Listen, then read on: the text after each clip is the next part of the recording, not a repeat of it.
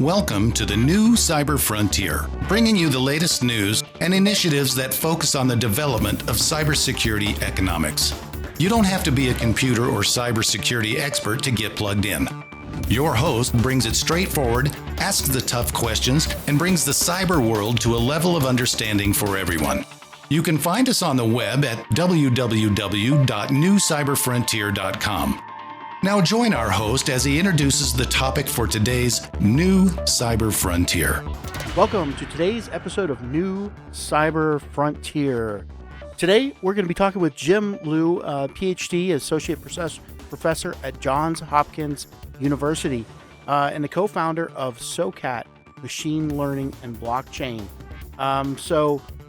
Professor Liew is on this show, which we are expanding our series, another part of our series on IEEE blockchain for healthcare and AI. Welcome, Professor Liew. How are you doing?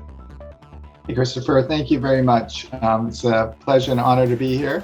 Always happy to, help the IEEE community, especially, the folks over there in Colorado and on the West Coast.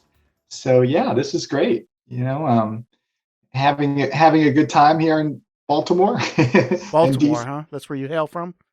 Yeah, we're just outside of Baltimore, and we try to be pretty active in the ecosystem and the Baltimore blockchain system, and also down in DC with the Government Blockchain Association, and then try to be a little bit more helpful in terms of educating the folks down in DC about blockchain technology and sort of what is the hope and what is the hype, and helping them discern where to put the rails and push back if they're getting a little bit too restrictive for entrepreneurs to go out there and try to create some value add with the blockchain technology.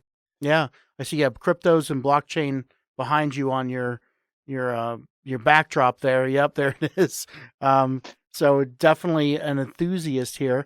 And you teach at Johns Hopkins. You teach blockchain and crypto? That's correct. Yeah, that's correct. The cryptos and blockchains class is kind of a fun story. In 2017, I proposed the class. It was supposed to be called Bitcoins, Cryptos, and Blockchains. And I got yelled at. And they said, at the time, Jamie Dimon didn't have very, nice words about cryptos. So they told me just to call it blockchains.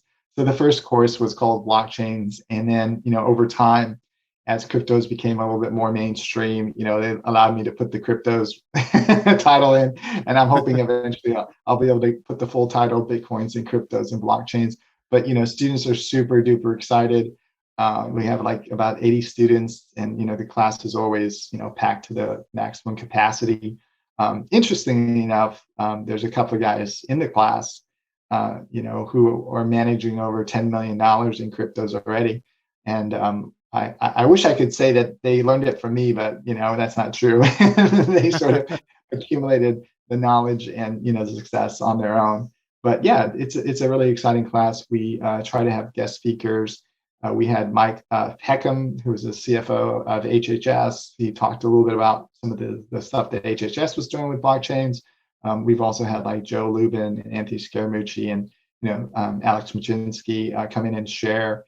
So, the classes, not surprisingly, on the East Coast, focused a little bit more on the finance side of cryptos. But, at the same time, being at Johns Hopkins ecosystem, we definitely try to incorporate a lot of the healthcare components of blockchains and, highlight organizations and entrepreneurs who are using it in an effective manner. Interesting. So cryptos, blockchains, we've changed a lot of focus to distributed ledger, to almost get away from the cryptocurrency buzz. You don't go that far though, huh? Cryptos are, it depends on who you talk to, right? And it has a kind of negative connotation. I totally get it. And 2017, the ICO craze kind of left everybody sort of very, very hesitant, and they're very skeptical going forward. So I don't think that was a good experience for our community, our industry. However, now people are much more sort of careful about taking a look at these projects and really understanding the team.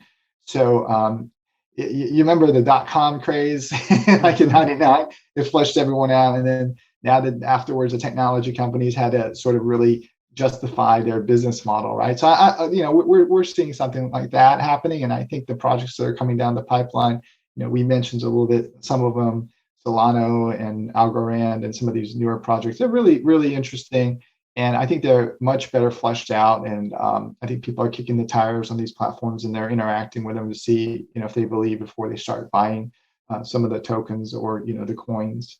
Yeah. So I think that's where we're at right now. Institutional investors are, clearly interested and, taking nibbles at it through the ETF products that are coming out on the market. It seems like every day.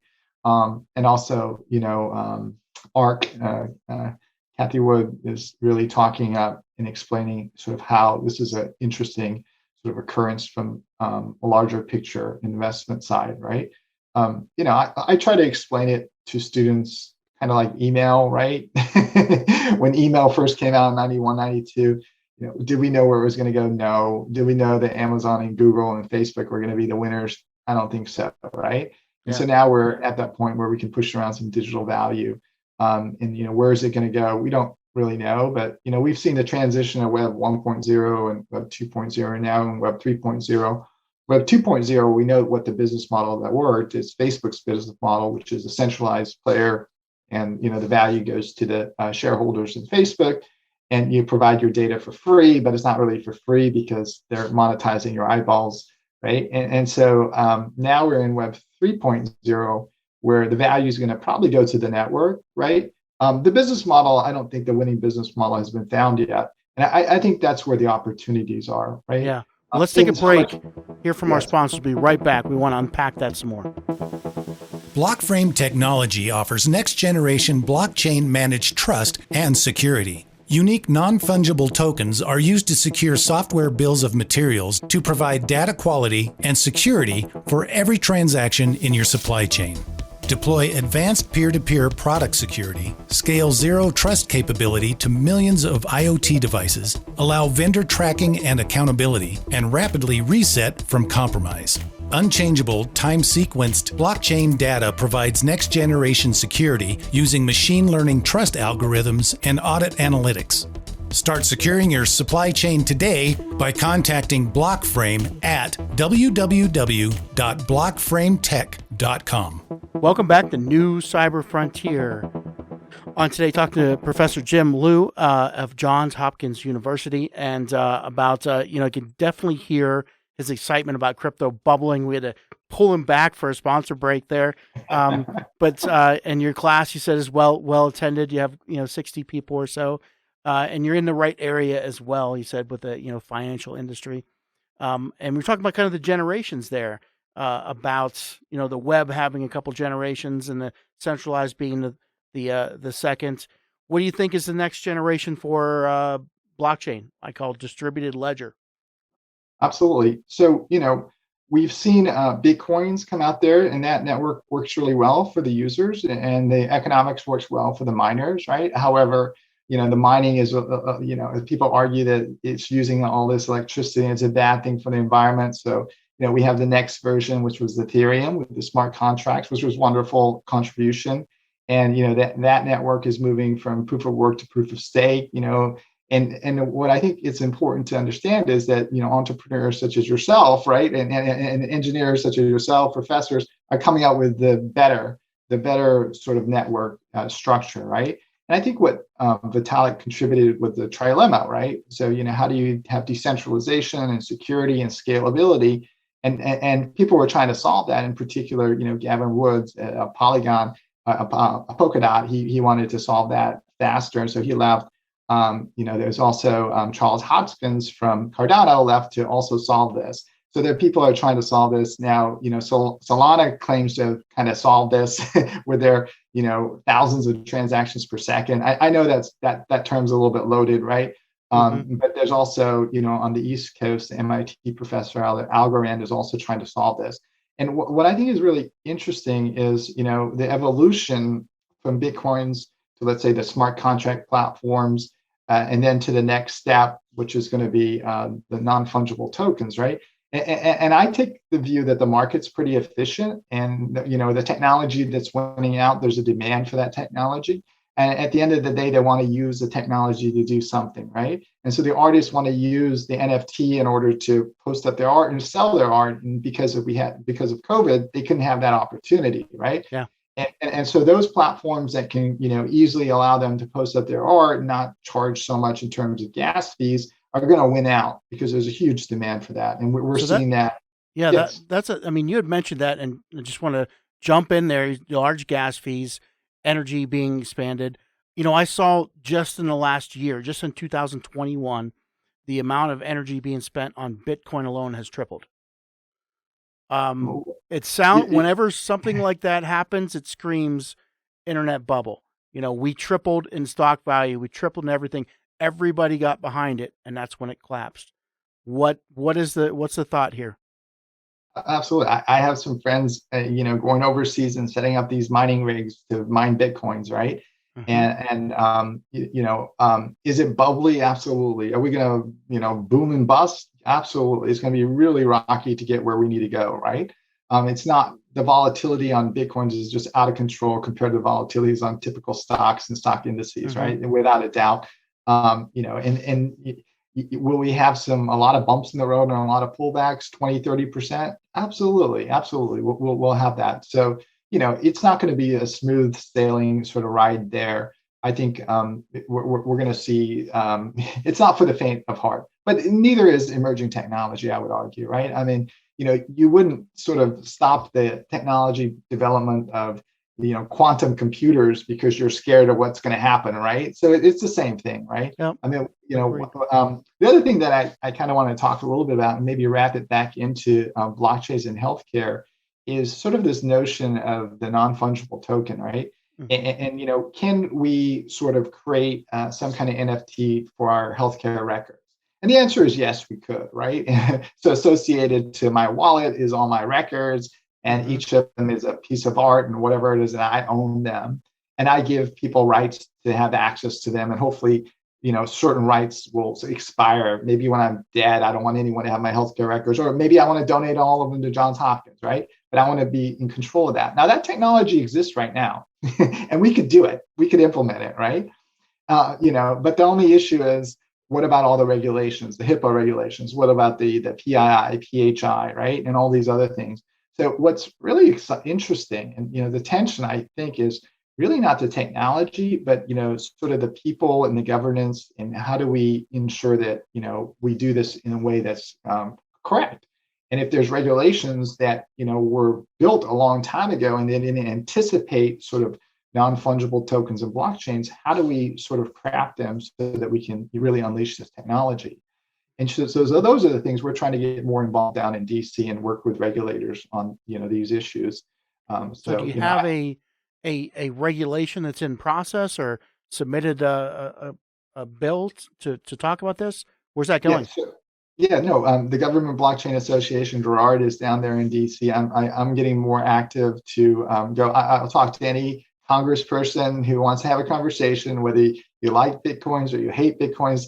Now I'm here to answer questions as much as possible and, give you the, just the academic view, but also the entrepreneurial view as well, right? I'm super excited. I have two daughters, and, SoCat, which is our technology company, is named after them. We're going to try to launch some NFTs, and, I think we're laying down the infrastructure for, their generation, right?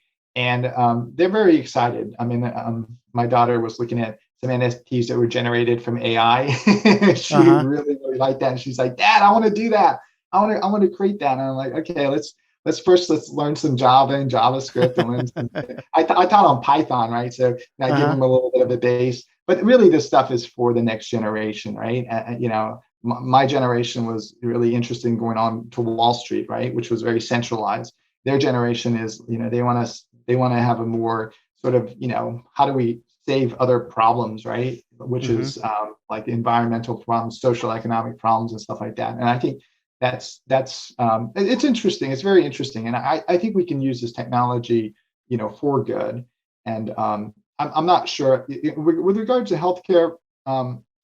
There's a lot of big players there. I talked a little bit about, we try to use blockchains and smart contracts to solve the opioid crisis, right? That was happening. This was Wait, another. before you get into another topic here, we're going to take a break here from our sponsors, but we want to get right back on that when we come back. Be right back.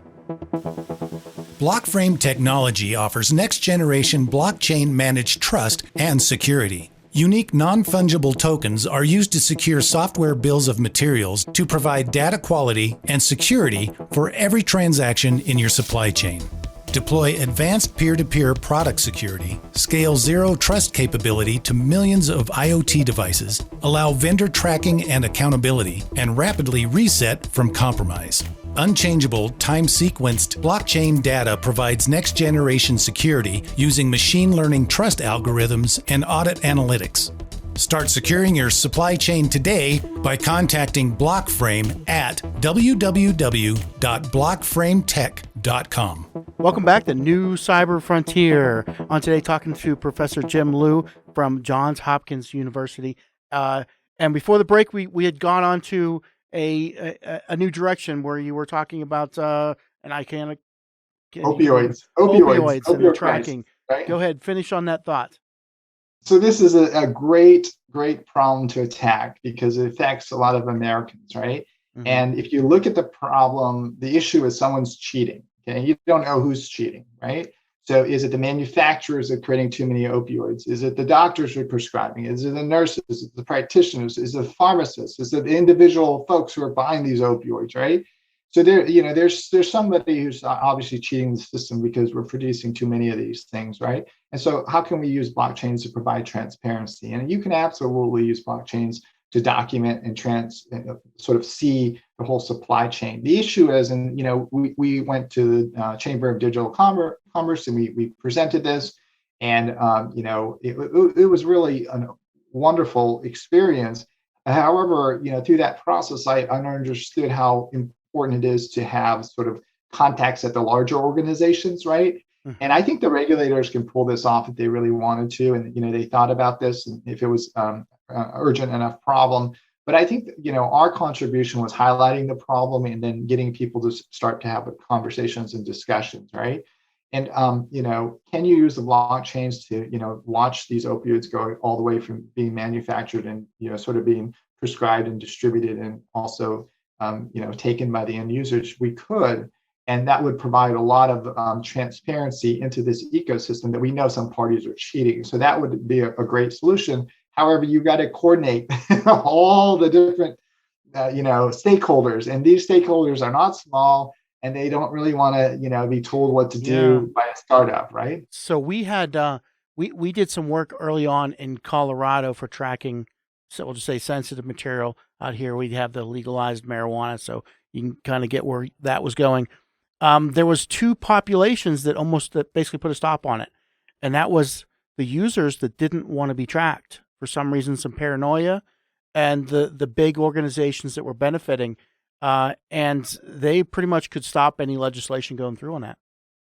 That's exactly right. The big organizations are very powerful, and they have lobbyists. They know how to play this game. They've been doing it for a long time, right? And so that's pretty much probably like how we would have we were butting heads in that. They would be friendly to you. They just wouldn't do anything, right? So like literally as a startup, you don't have a ton of capital and you'll just kind of burn yourself out. So they can wait, right? With regards to the end users, privacy is a big issue here, and then we want to keep our privacy. Especially in those communities of people that are overusing, we'll say, controlled substances, are very conscious of the tracking issue. Absolutely.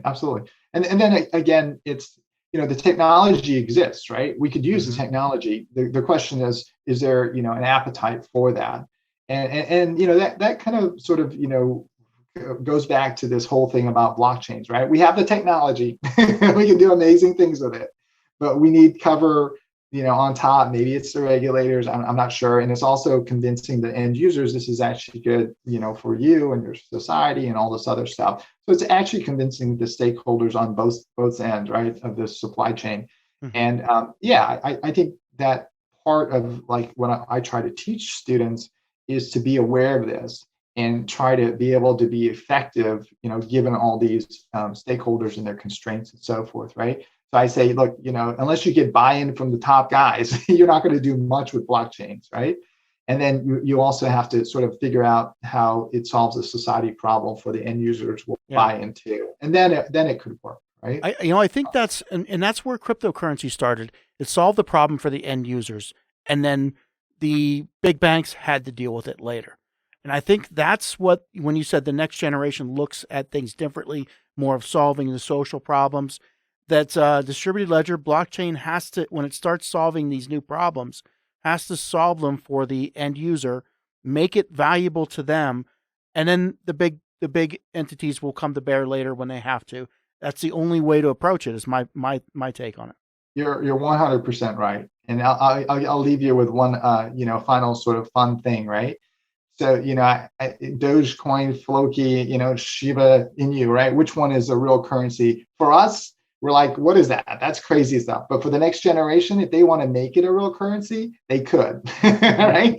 So if all our, the next generation, whatever it is, wants to use Doge, and they all decide to use Doge, and they start passing Doge around on TikTok and whatever the next generation wants to do, they could create it, make it their own, currency. And if they make it their own currency as they get older, and now they have more sort of, assets, then of course the regulators are going to have to come in there and do something. But that's the power of the people, and this is the power of building a lot of consensus with and community. And ultimately, it comes down to community, which I think is super interesting. It's we're going to see it occur in our lifetime, which is fabulous. And I've been teaching here at Johns Hopkins Business School for about 9.5 years. And the first 5 years, I regurgitated all the stuff that I learned in, graduate school at Columbia. And the last four years, I had to reinvent myself and learn this new stuff, right? So cryptos and blockchains, machine learning and AI. So it's been really, really interesting. And I think we're going to have to sort of adjust how we teach even, traditional finance, concepts like even corporate finance, because now there are a lot of Fortune 500 companies are more and more holding cryptos on their balance sheets, right? Yeah. So the last 4 years, so I've been out of academia for about the last, 3 years almost. So I have a question for you about the pandemic's influence on what you're seeing and everything, and the younger generation and what they're seeing, having been so influenced by this. What's the change like due to those factors kind of coming in the education there? Okay, so I don't think Zoom classes are ideal, but when everybody else is zooming in, then people try to make the best of it, right? Mm-hmm. So we're very resilient, as human beings, right?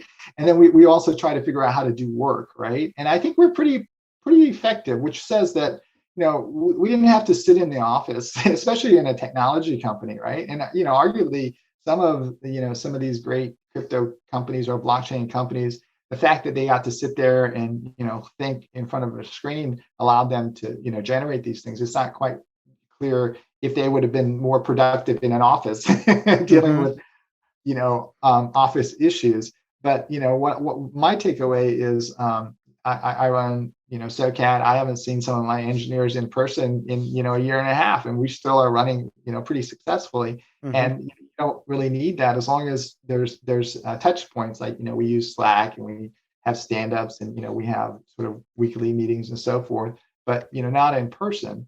And as long as we're still human beings, and I think we long for meeting people in person. I just went to my daughter's what was it? It was a concert. Like it was a choir and orchestra concert, and it was just amazing. I was like, wow, I haven't been to one of these in like 2 years. How did they rehearse for that? Did they get together to rehearse, or was it all?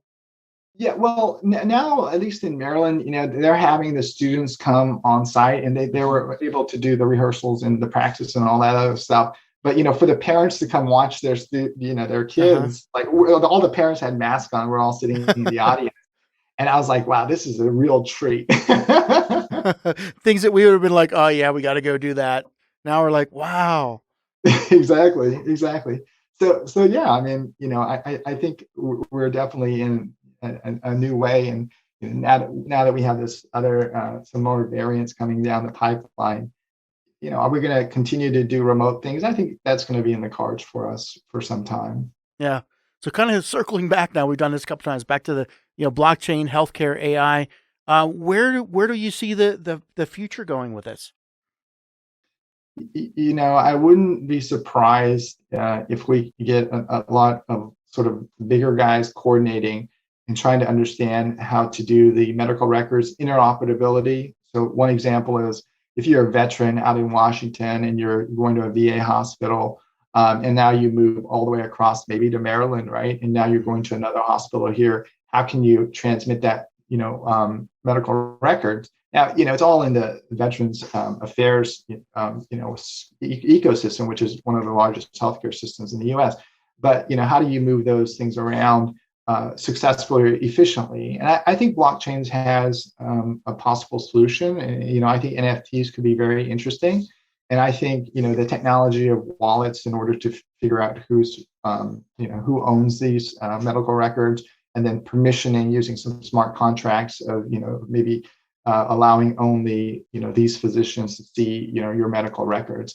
I think that's all possible, and it could solve one of these really difficult problems about sort of moving these medical records around. Interoperability is really interesting, just because at the end of the day, it's all digital information, right?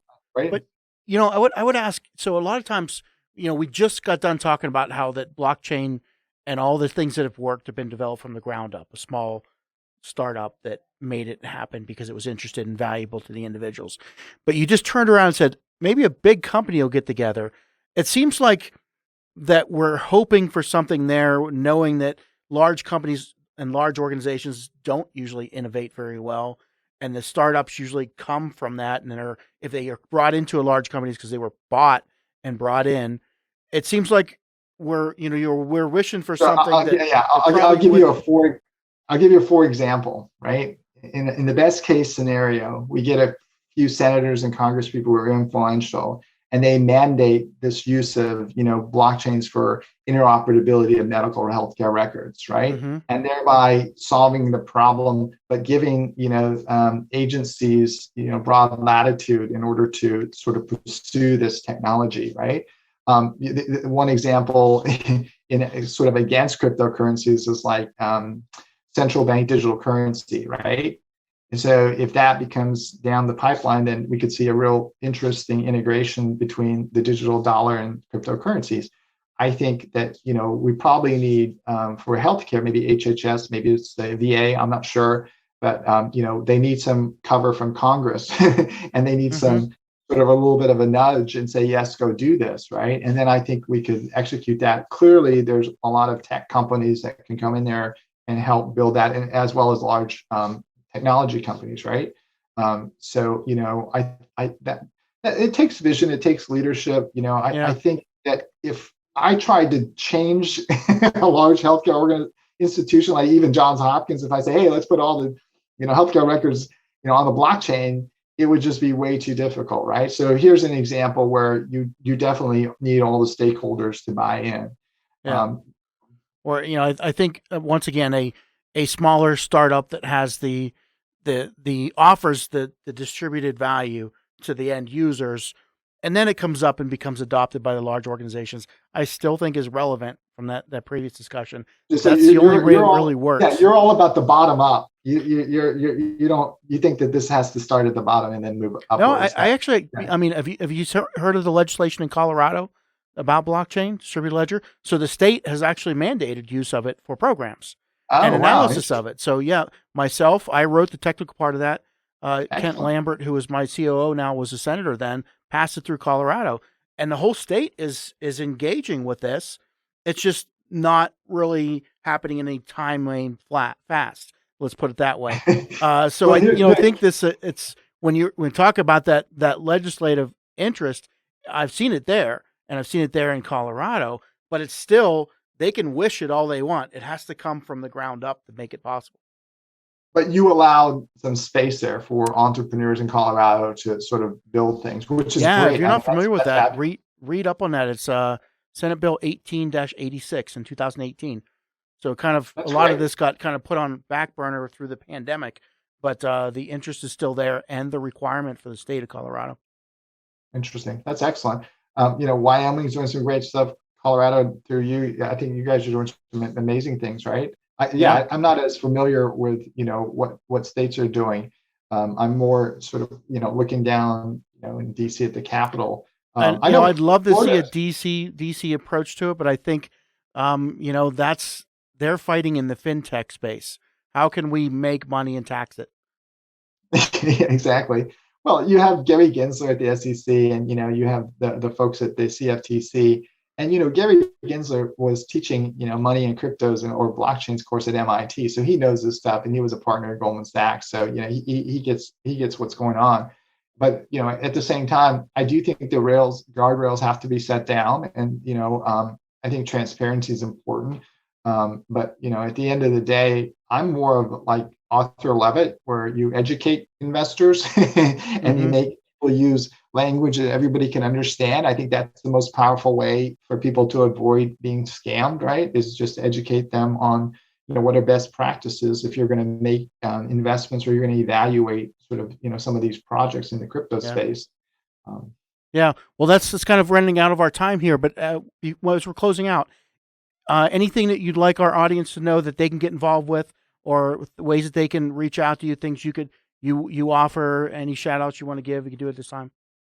No, absolutely. I mean, if you have an interesting blockchain project, feel free to, run some things by me. I'm on LinkedIn.